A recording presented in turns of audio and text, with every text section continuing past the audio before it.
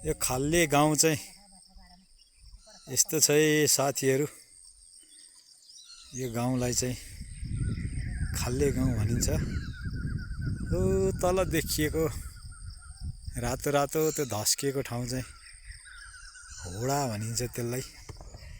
अहिले गाउँमा चाहिँ यो मकै दोहोरा गोड्ने सिजन सुरु भएको छ। धमाधम यो जुन दोहोरा मकै दोहोऱ्याउने भनिन्छ, कहीँ कहीँ बेरा दिने भनिन्छ। र तुवालो लागिरहेको छ साथीहरू।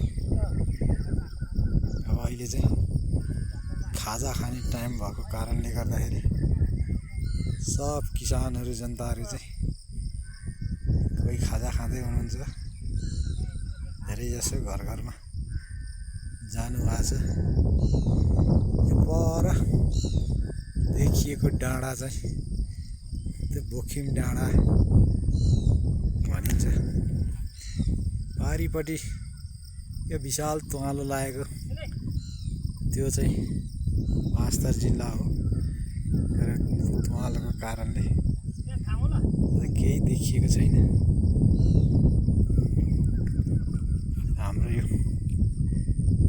पहाडी बस्ती यस्तै छ साथीहरू। घरभन्दा पनि जङ्गल चाहिँ बेसी छ। यहाँहरू देख्न सक्नुहुन्छ मानिसहरूको बसाइसराइको कारणले गर्दा सारा जङ्गल भइरहेको छ। यहाँ हाम्रो दुईजना साथीहरू चाहिँ यसरी यहाँ गाह्रो लाउँदै काम गर्दै हुनुहुन्छ। यो माथि सब जङ्गल छ। यस्तै छ मित्रहरू। यहाँलाई यस्तै हो, मन पर्छ पर्दैन?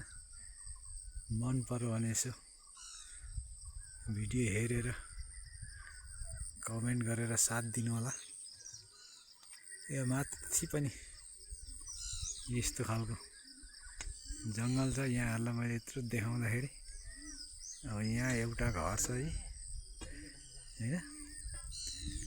यहाँ चाहिँ सुन्तलाहरू व्यावसायिक हिसाबले लगाइएको छ। अरू सबै जङ्गल जङ्गल जङ्गल छ है साथीहरू। ल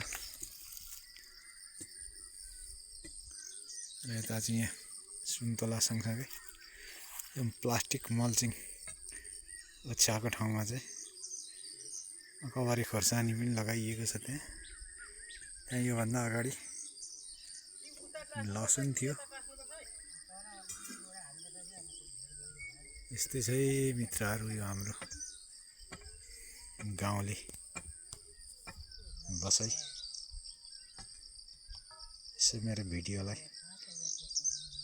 माया गरेर लाइक कमेन्ट गरिदिनुहोस्, सेयर गरिदिनुहोस्। नयाँ साथीहरूले सब्सक्राइब गरेर पनि सहयोग गरिदिनु होला। हस्, धन्यवाद, नमस्कार मित्रहरू।